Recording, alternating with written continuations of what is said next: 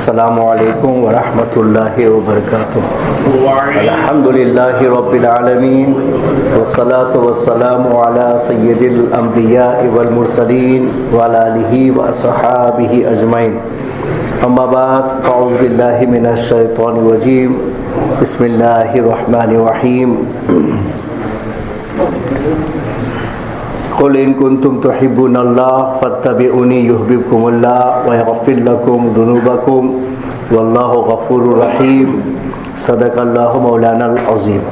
बारगाह बेकस पनाह में हदिया दरूद पेश फरमाएँ।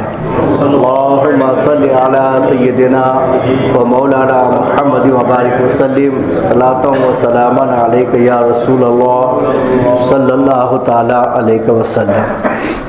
माह रमज़ान शरीफ का पहला दिन है और सिलसिले मसाइल का पहला दर्स है।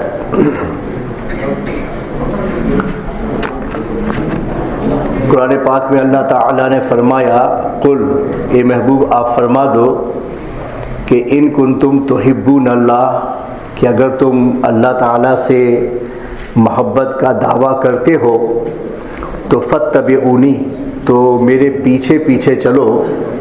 युहब्बिबकुमुल्लाह, अल्लाह तुम्हें अपना महबूब बना लेगा।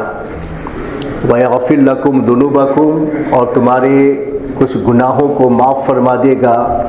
वल्लाहु गफ़ूरुर रहीम, और अल्लाह बख्शने वाला मेहरबान है। तो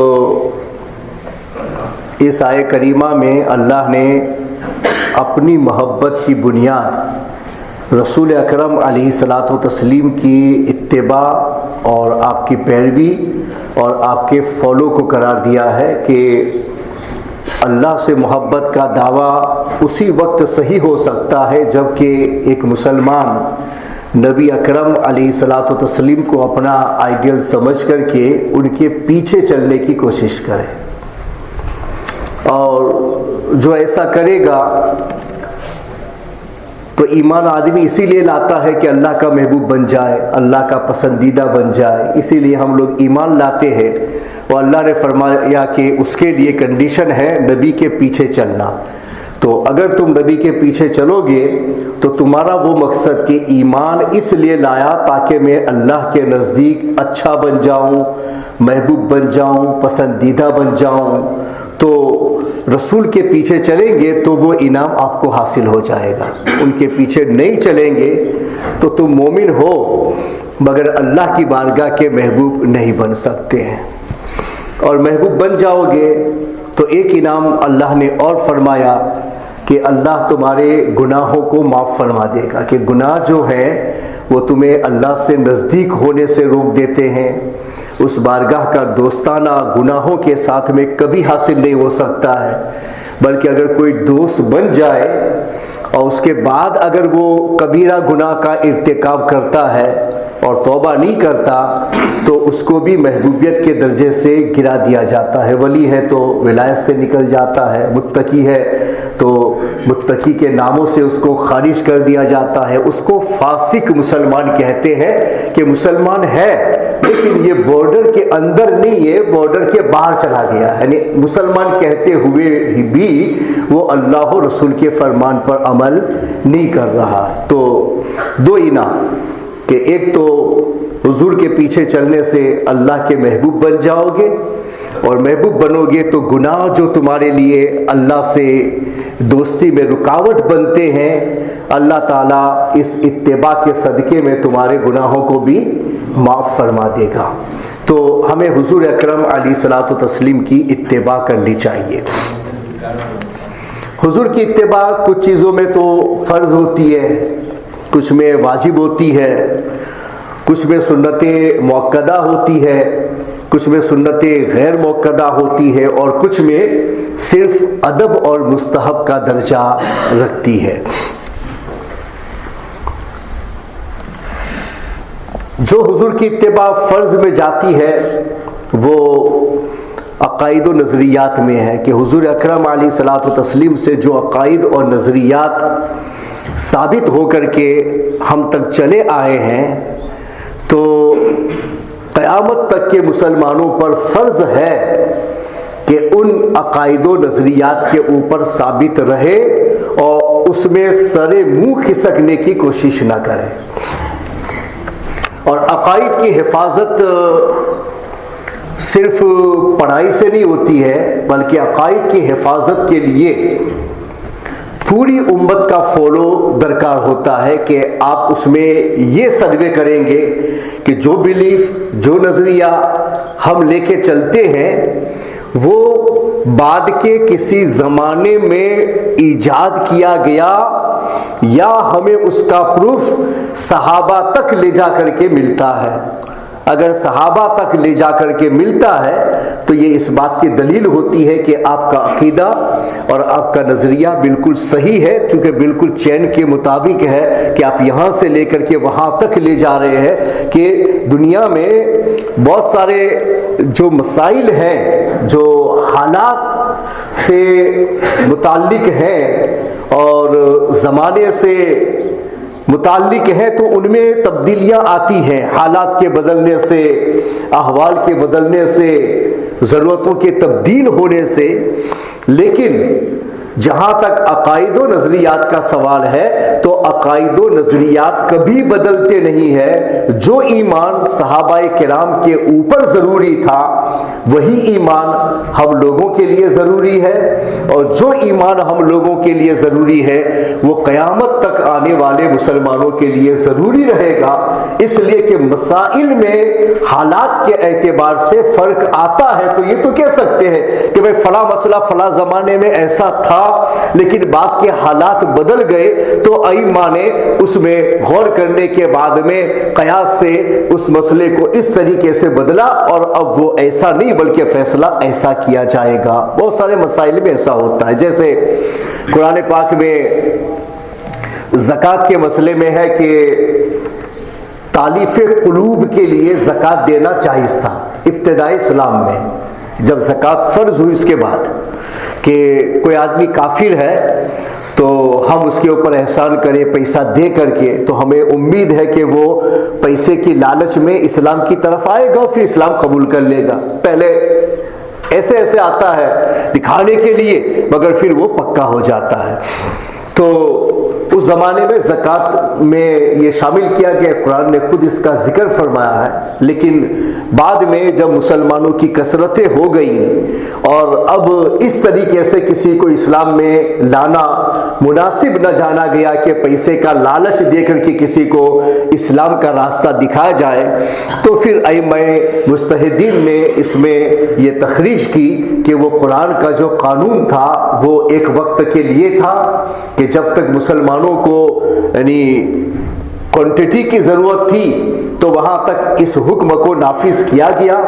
मुसलमानों की कसरतें हो गई हैं, अब जिसको भी इस्लाम कबूल करना है तो अपनी चॉइस पे, अपनी पसंद पे आएगा। अब किसी को ज़बरदस्ती नहीं की जाएगी और न इस तरह का कोई लालच दिया जाएगा। तो वो हुक्म उसको अइम्मा मुज्तहिदीन ने बदला। तो ये मसाइल से इसका ताल्लुक है, तो ये बदलता है। एक एग्जाम्पल दिया मैंने कि कुरान में है फिर भी उसमें चेंजिंग आई, मगर अकायद में नहीं आती है। चूंकि अकायद में ईमान का ताल्लुक है तो जितना ईमान उन लोगों के लिए ज़रूरी था, ऐसा तो नहीं कि ईमान में अब इजाफा होता है कि ईमान बड़ा बड़ा और आगे चल के और बड़ा हो गया।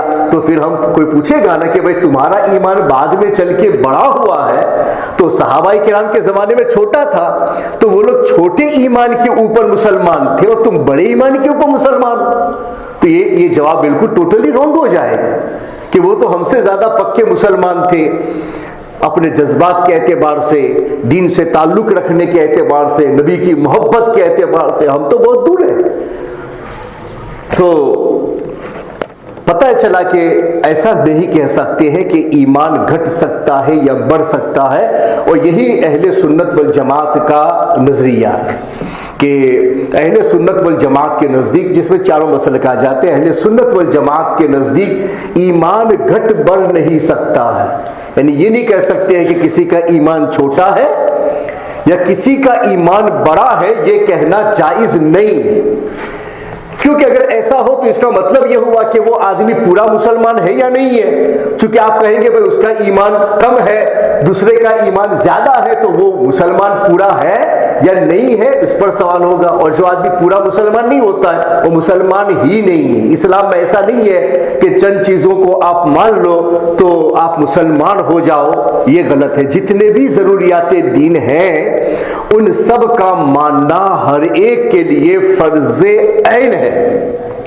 फर्ज़ ऐन का मतलब होता है कि हर एक के ऊपर फर्ज, कोई ये नहीं कह सकता है कि वो किसी पर फर्ज है मुझ पर नहीं है। हाँ, इजमाल व तफसील का फर्क हो सकता है कि किसी को ईमानियात की डिटेल भी मालूम है कि वो जिन जिन चीजों पर ईमान लाता है उसकी सारी डिटेल भी जानता है कि भाई अल्लाह की क्वालिटी है तो क्वालिटी को किस तरीके से मान सकते हैं, किस तरीके से नहीं मान सकते हैं, क्वालिटी के बारे में क्या बिलीफ है, कौन कौन सा नाम खुदा को दे सकते हैं, कौन नहीं दे सकते। उसमें हजारों तरह की तफसीलात है जिसका इल्म नॉर्मल लोगों को नहीं होता है कि वो उन तफसीलात में जा सके, कि वो अल्लाह की जो सिफात है उसके बारे में वो ज़्यादा रिसर्च रखता हो। बहुत कम ऐसा होता है। तो ये कहते हैं कि अगर किसी को नॉलेज नहीं है तफसील का, कि वो पूरी डिटेल जानता है अपने अकायद व नज़रियात की, तो वो उलमा के लिए फ़र्ज होता है कि वो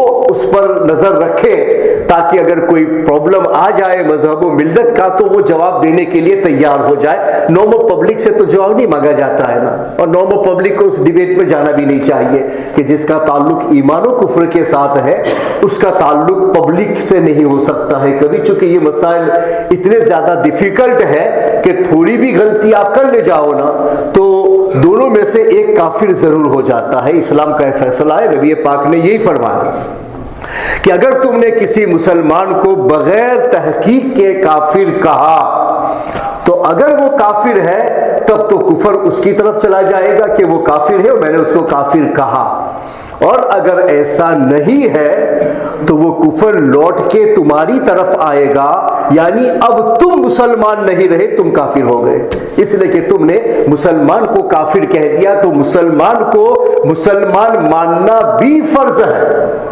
मैं किसी भी मुसलमान को यह कहूं कि मैं इसको मुसलमान नहीं मानता हूं जबकि मैं नहीं जानता हूं कि उसने कोई कुफ्र किया कि नहीं किया, बस ऐसे ही मैं इसको मुसलमान नहीं मानता हूं, मैं उसको मोमिन नहीं मानता हूं, तो अगर वो नहीं है तब तो सही है, उसके ऊपर गया। लेकिन अगर वो है मोमिन तो आप तमाम अकायद व नज़रियात आपके सही हैं, उसके बावजूद भी आप इस्लाम से निकल जाएंगे और काफिर हो जाएंगे इस वजह से कि आपने एक मुसलमान को काफिर कहा है।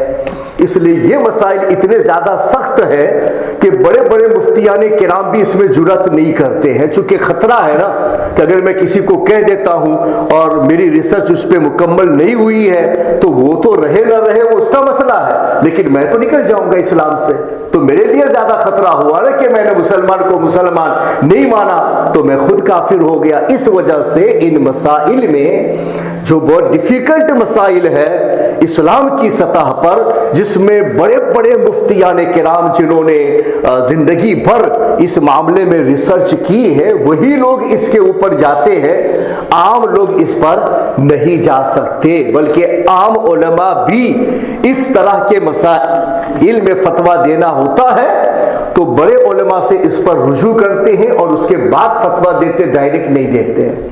उसकी एक मोटी मिसाल में आपको समझाऊं कि आला हजरत इमाम अहमद रजा फाजिल बरेलवी रहमतुल्लाह ताला अलैह ने ये देवबंदियों और वहाबियों के ऊपर कुफ्र का फतवा लगाया। मगर कैसे लगाया कि उनके सारे कुफरियात सामने आ गए थे, उनसे मुतालबात भी किए गए, 15 साल तक वेटिंग की गई उनकी लिखाइयों के बाद कि भाई तुम लोगों ने ये लिखा है, अगर तुमने नहीं लिखा है तो सिर्फ लिख करके भेज दो कि भाई किसी ने छाप दिया होगा, हमने नहीं लिखा, या अगर तुमसे कोई मिस्टेक हो गई है, गलती हो गई है तो ये तुम्हारे सामने हम मसला रखते हैं, तुम उससे वापस ले लो, रुजू कर लो और तौबा कर लो लोगों के सामने कि भाई गलती से लिखा गया था, मैं उससे तौबा कर रहा हूं, तब भी हो जाएगा मसला। लेकिन 15 साल वेटिंग के बाद भी उन्होंने उन तमाम कुफरियात के ऊपर तौबा नहीं की और ये भी लिख के नहीं भेजा कि हमारा नहीं है। इसका मतलब वाज़ेह हो गया ना कि भाई 15 इयर्स का अगर किसी को टाइम दिया जाए फतवा फतवा देने से पहले कि भाई तुमने ये लिखा है गौर करो, तुम्हारा है या दूसरे ने उसमें ऐड किया है, अगर ऐसा है तो हमें कह दो, हम रुक जाएं, या फिर ये बताओ कि तुम्हारे कहने का मतलब क्या है, तो अपना मतलब वाजे कर दो, तो उसके बारे में गौर किया जाए। कुछ भी नहीं उन्होंने कहा। इसका मतलब वो मजीद थे अपनी लिखाइयों पर कि हमने जो लिखा है वो बिल्कुल सही लिखा। फिर भी आला हजरत ने फतवा देने में जुर्अत नहीं की, फिर भी नहीं की। उसके बाद क्या किया कि आला हजरत फाजिल बरेलवी रहमतुल्लाह ताला अलैह ने उनकी जो लिखाइयाँ उर्दू में थी उसको अरबी में तब्दील किया, और अल्हम्दुलिल्लाह ऐसा अरबी के मैंने खुद उनकी वो अरबी बातें पढ़ी हैं कि गालिबन ऐसा होता है कि भाई एक ज़बान को दूसरी ज़बान में अगर चेंज किया जाए ना तो कभी कभी ज़रूरत की वजह से काफ़ी फ़र्क आता है, कभी कोई लफ्ज़ ऐड करना पड़ता है, कुछ बढ़ाना पड़ता है, तब चल के सेटिंग बराबर होता है। मगर मैंने आला हजरत की वो लिखाई पढ़ी है तो मैं खुद ताज्जुब में था कि उन्होंने उस उर्दू का तर्जमा किया अरबी में, मगर ऐसा किया कि एक हर्फ भी उसमें मीनिंग के हिसाब से क्या लफ्ज के हिसाब से भी फर्क नहीं होने दिया। ये उनकी अमानतदारी थी कि भाई मैं मसला पूछूं और कहीं ऐसा ना हो कि अरबी उलमा के सामने पूछेंगे और कुछ अल्फाज को ऐड कर देंगे, उसकी वजह से भी मसला चेंज हो सकता है। तो उन्होंने इतनी एहतियात बरती कि बिल्कुल हूबहू उसको तब्दील करने की कोशिश की ताकि उन उलमा को भी कोई प्रॉब्लम ना आए और आला हजरत के ऊपर भी कोई इल्जाम न जाए कि उन्होंने कुछ लफ्ज बढ़ा दिए थे जिसकी वजह से प्रॉब्लम आया। वो मैंने उस सब के ऊपर खुद अपनी आंखों से उन मसाइल को देखा भी, पढ़ा भी, और उसके बाद मैं कह रहा हूं। तो फिर उन्होंने मक्का मुकर्रमा और मदीना मुनव्वरा, वहाँ के जो बड़े बड़े उलमा किराम थे उस ज़माने में, उनके सामने वो लिखाइयाँ रखी कि देखो हमारे यहाँ जो लोग हैं वो इस तरह के अकीदे नज़रिया रखते हैं, उनकी किताबों में लिखा गया है, हवाला भी दिया गया और किताबों को भी बताया गया, सफ़हात भी बताए गए। तो वहाँ के जो उलमा थे उन्होंने उस पर मीटिंगें की और डिबेट किया उस लिखाई पर, और उसके बाद में सब ने मिलकर के मुत्तफिका तौर पर यह फैसला किया। उसमें जितने भी हाजिर थे ना उनमें से किसी ने ये नहीं कहा कि हम ऐसा फतवा नहीं देंगे, बल्कि सब ने मिलकर के उस पर यह फतवा दिया कि अगर इन लोगों ने वाक़अतन जो लिखाई आपने हमें भेजी है ऐसा ही लिखा है तब तो वो लोग काफिर है और दायरे इस्लाम से खारिज है। उन्होंने फतवा दिया। तो आला हजरत ने उस किताब को छापा जो किताब किनकी है, मिडल ईस्ट के उलमा की है, मक्का और मदीना के बड़े उलमा की उस जमाने के, उनकी लिखाइयों को उन्होंने किताब में तब्दील किया। फिर उनकी अरबी लिखाइयों का फिर तर्जुमा किया गया और लोगों के सामने पेश किया गया कि इनकी लिखाइयां जो हमारे सामने आई हैं इस पर से हमने रिसर्च नहीं की है, इसको आगे बढ़ाने के लिए हमने वहां मक्का और मदीना के बड़े उलमा को भी ये भेजा और ये फैसला उन्हीं ने किया है कि ऐसी लिखाई करने वाला मुसलमान नहीं रह सकता जब तक कि वो सच्ची तौबा करके अंदर वापस ना आए। तो पता है चला कि अकाईद और नजरियात ऐसे हैं कि उनमें किसी भी जमाने में तब्दीली नहीं होती, हो ही नहीं सकती, वरना ईमान छोटा बड़ा हो जाएगा। और अहले सुन्नत वल जमात का इत्तेफाक है कि ईमान छोटा बड़ा नहीं हो सकता, सबका ईमान बड़ा है। इवन कि नबी ने जो बिलीव किया वो सहाबा ने किया, जो सहाबा ने किया वो बाद के लोगों ने किया, उन्होंने महफूज रखा, हम तक आया। तो ईमान जो वहां था नबी के पास में वही ईमान सहाबा को मुंतकिल हुआ, वही बाद में मुंतकिल हुआ, हम तक पहुंचा और हम लोग इसको महफूज रखेंगे तो आगे तक जाएगा। तो कभी ये नहीं कह सकते हैं कि वो मुसलमान अलग थे और ये मुसलमान अलग है, नहीं कहा जा सकता। अमली एतबार से फर्क बता सकते कि वो बड़े मुत्तकी थे, हम लोग नहीं है, वो बड़े दीनदार थे, हम लोग नहीं है, वो बड़े तकवा तहारत वाले थे, हम लोग नहीं है, ये कहा जा सकता है अमल के हिसाब से। लेकिन ईमान में कम और ज्यादा नहीं बोल सकते। हजरत अबू बकर सिद्दीक का जो ईमान है वो आपका भी है और जो आपका है वो उनका भी है, ईमान में कोई फर्क नहीं है। यही अहले सुन्नत वल जमात का इत्तेफाकी मसला है कि इसमें किसी अहले सुन्नत वल जमात ने इख्तिलाफ नहीं किया है। हाँ, ये कह सकते हैं कि कैफियतों में बदलता है, कि जैसे हम लोग देखने में बहुत सारी चीज़ों में कैफियतों में बदलते हैं ना, कैफियतें बदलती हैं, लेकिन असल ईमान नहीं बदलता। ये जानना बहुत ज़रूरी है कि असल ईमान चेंज नहीं हो सकता है, कैफियतें, पोजीशंस बदल सकती है। वो कैसे कि हमने किसी चीज़ को देखा नहीं लेकिन हमने सुना है और सुन करके हमें यकीन आया है। जैसे अमेरिका एक कंट्री है, आप लोगों को इस पर यकीन है कि अमेरिका एक मुल्क है, एक कंट्री है? आप सब कहेंगे हाँ हमें यकीन है अमेरिका मुल्क है। और आपको पूछा जाए कि किस किस ने देखा है, तो शायद अक्सर होंगे कि जिन्होंने नहीं देखा, मगर नहीं देखा है फिर भी हम कहते हैं कि हमें यकीन है। अनडाउटली हम कसम भी खा सकते हैं इस पर कि हाँ अमेरिका एक मुल्क है। इतना ज्यादा हमें यकीन है कि हम कसम भी खा सकते हैं कि अमेरिका एक मुल्क है। हालांकि मैंने देखा नहीं, मैं वहां पहुंचा नहीं, मगर फिर भी यकीन है। मगर एक आदमी है कि जिसने सुन करके तो यकीन हासिल किया ही था, मगर वो वहां पहुंचा भी और वहां चल के घुमा फिरा भी, तो उसके यकीन और आपके यकीन में पोजीशन का फर्क आएगा कि नहीं आएगा? यकीनन आएगा कि भाई मैंने सुना है, उस पर भी मुझे यकीन है, मगर जो देख के आया है उसका यकीन तो और बढ़ गया ना कि भाई सुना भी है और आंखों से देखा भी है, तो उसके यकीन के लिए तो क्या कहना। तो ये पोजीशन का फर्क है, यकीन का फर्क नहीं है। यकीन तो वहां भी है, यकीन यहां भी है, पोजीशन का फर्क कि भाई उसने आंखों से भी देखा है। तो ईमान में पोजीशन का फर्क हो सकता है, लेकिन जो मानना है उसमें फर्क नहीं हो सकता। तो ये कह सकते हैं जैसे हजरत उमर फारूक आजम रज़ी अल्लाह ताला अन्हु ने फरमाया था कि हजरत अबू बकर सिद्दीक के ईमान को एक पल्ले में रखा जाए, स्केल के वन साइड एक पल्ले में रखा जाए और दूसरे पल्ले में पूरी उम्मत का ईमान रखा जाए, फिर भी अबू बकर सिद्दीक का ईमान पूरी उम्मत के ईमान पर गालिब आ जाएगा। ये हजरत उमर फारूक आज़म ने फैसला फरमाया। पूरी उम्मत के ईमान से भी स्ट्रॉन्ग ईमान किनका है? अबू बकर सिद्दीक का। मगर वो पोजीशन के हिसाब से है कि उनकी ईमानी जो पोजीशन है वो इतनी हाई है।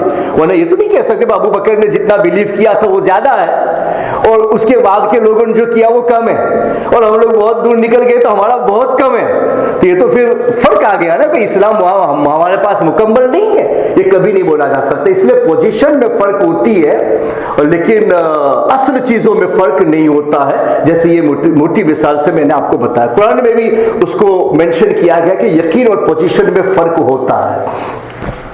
जैसे आपने अल्हाकुमुस तकासुर की सूरत पढ़ी है, सुनी है, अल्हाकुमुत तकासुर हत्ता ज़ुरतुमुल मक़ाबिर कल्ला सौफ़ तअलमून सुम्मा कल्ला सौफ़ तअलमून कल्ला लौ तअलमूना इल्मल यकीन।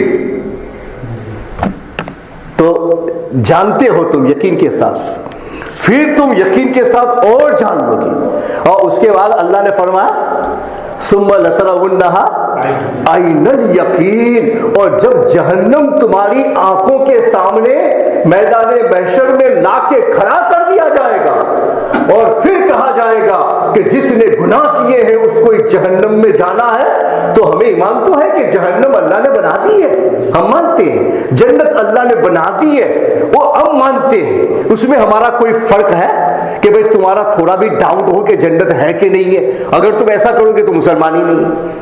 तुम्हारे दिल में ऐसा है कि जहन्नम है या नहीं है, तो इसका मतलब तुम यकीन पर नहीं हो, मोमिन ही नहीं हो।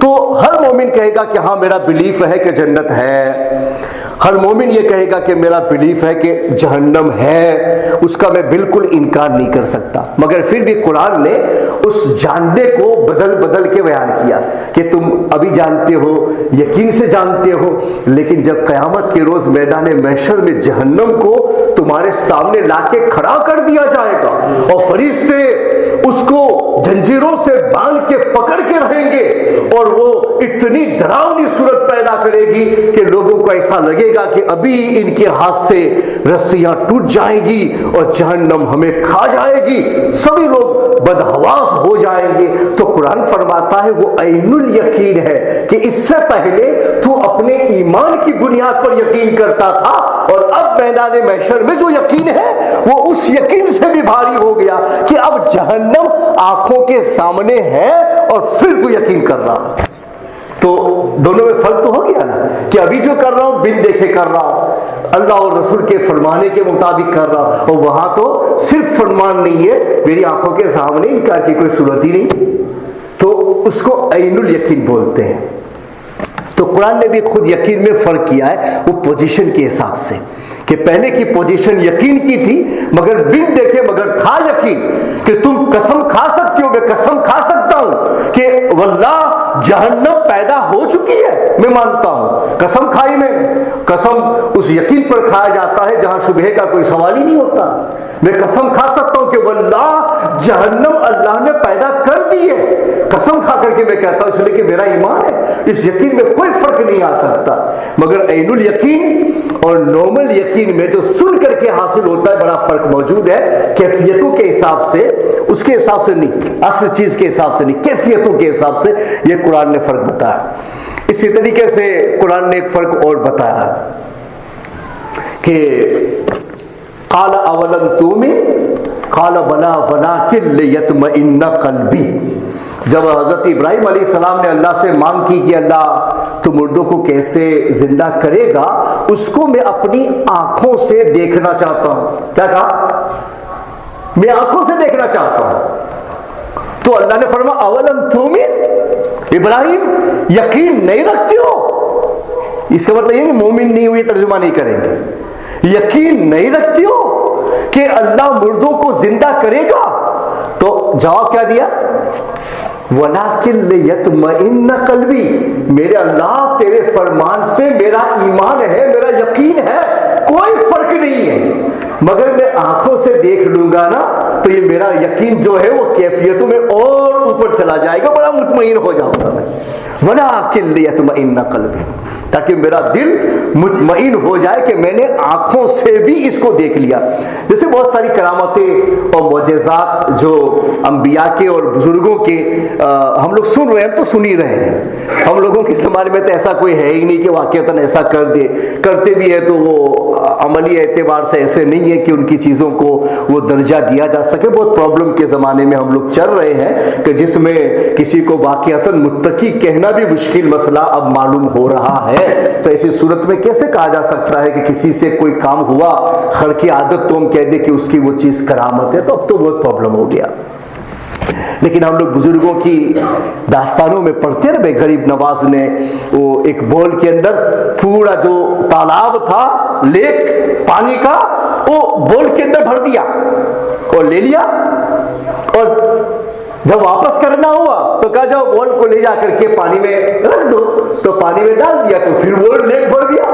तो ये समझ के बाहर की बात है कि इतना बड़ा लेक जिसमें बोट चल सकती है वो एक बोल के अंदर कैसे आ गया, और उठाने वाला उसको उठा के लाया तो उसको वजन मालूम नहीं हुआ कि पूरा लेक अंदर आ गया, उसका पूरा पानी उसमें चला गया।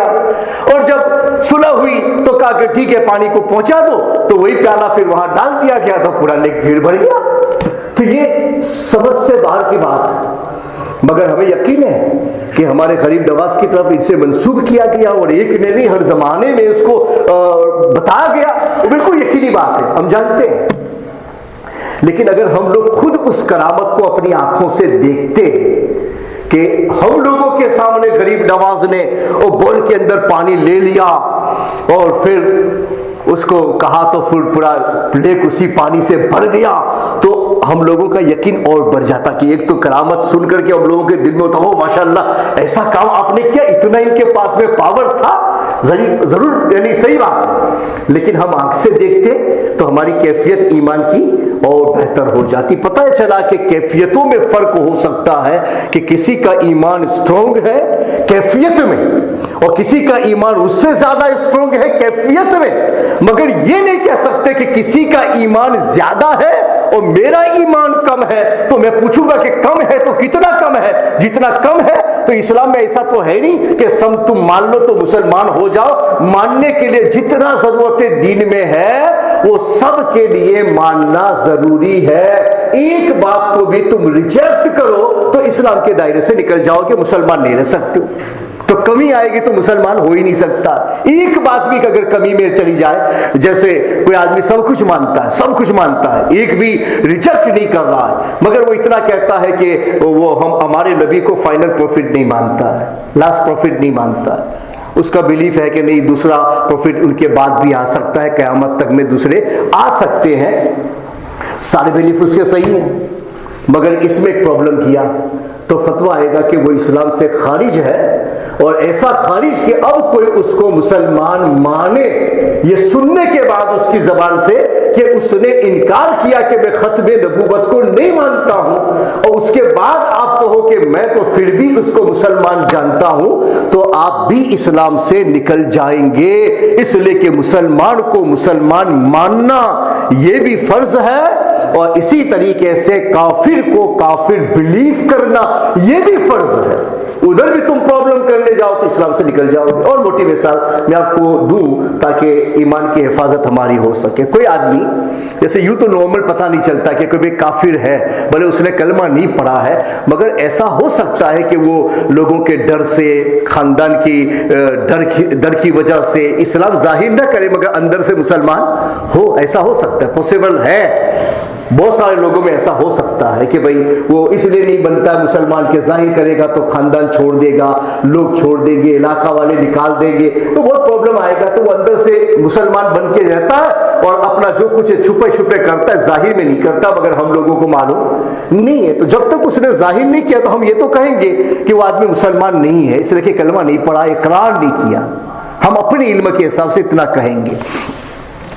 लेकिन वो मर जाए, कोई भी काफिर मर जाए, और मरने तक की पोजीशन अगर आपको मालूम नहीं है तो आप ये तो कह सकते कि उसने हमारे सामने इकरार नहीं किया, उसने हमारे सामने कलमा नहीं पढ़ा, इस वजह से वो हम लोगों के नजदीक काफिर है, अल्लाह के नजदीक काफिर है। ये फिर भी आपको कहने का हक नहीं मिल सकता जिसने इकरार नहीं किया।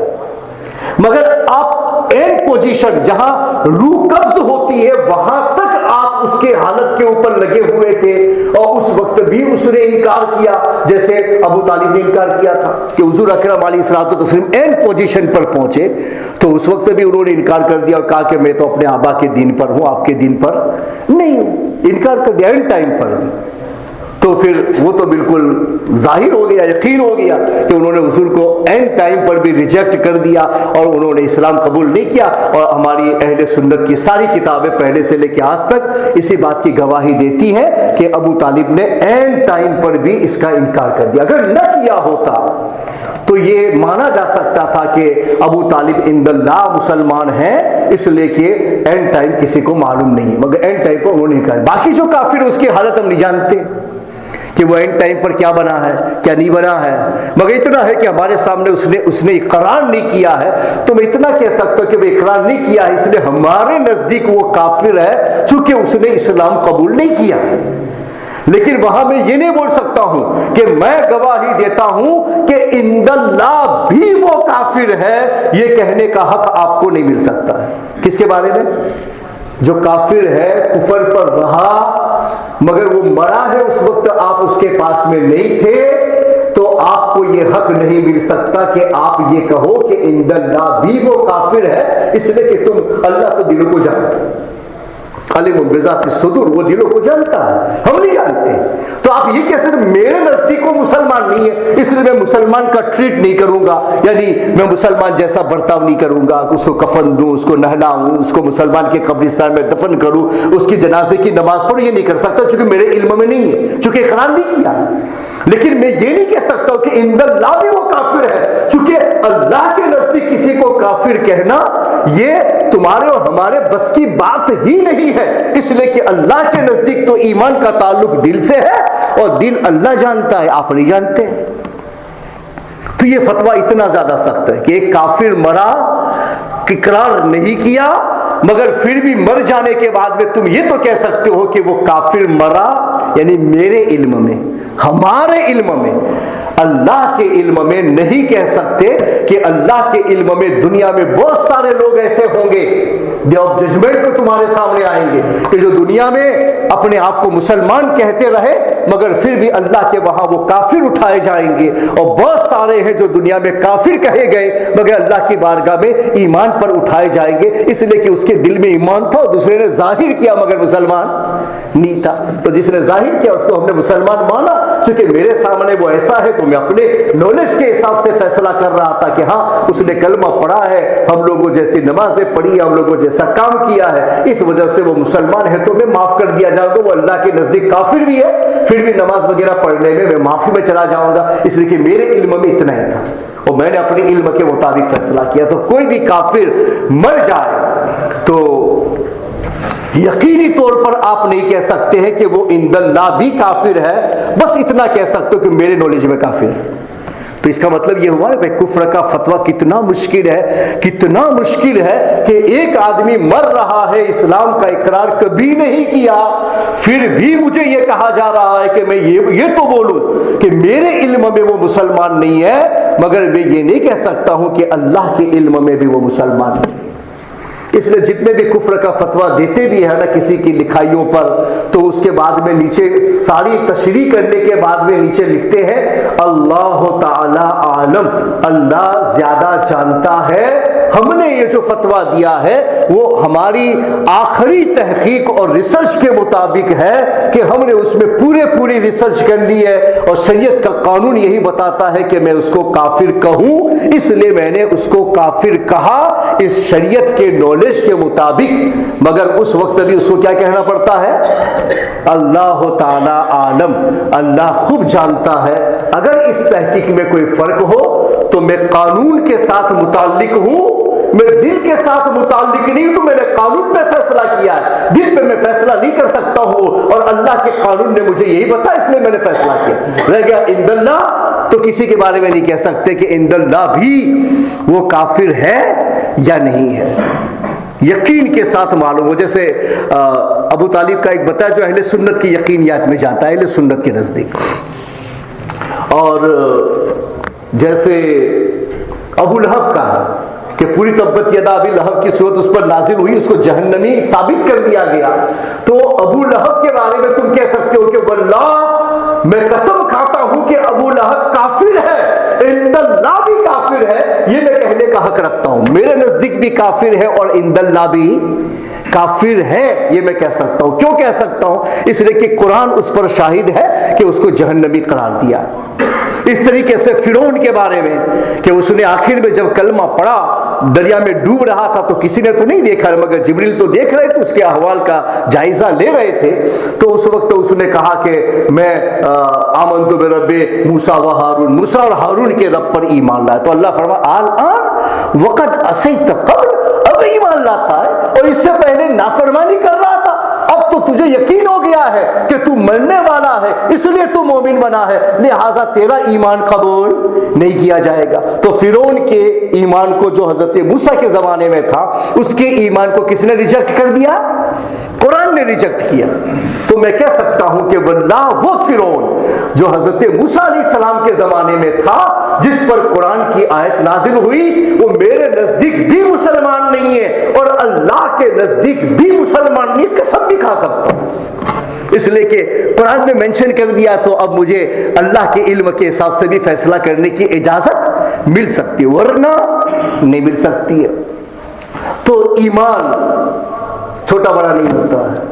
अगर कोई ऐसा बोलता है तो गलत बोलता है कि उसका ईमान बड़ा है और इसका ईमान छोटा है, क्योंकि एक भी जरूरत दीन की आप मुनकिर हो जाओ तो मोमिन हो ही नहीं सकते, तो एक भी निकल जाए तो मोमिन नहीं हो सकते।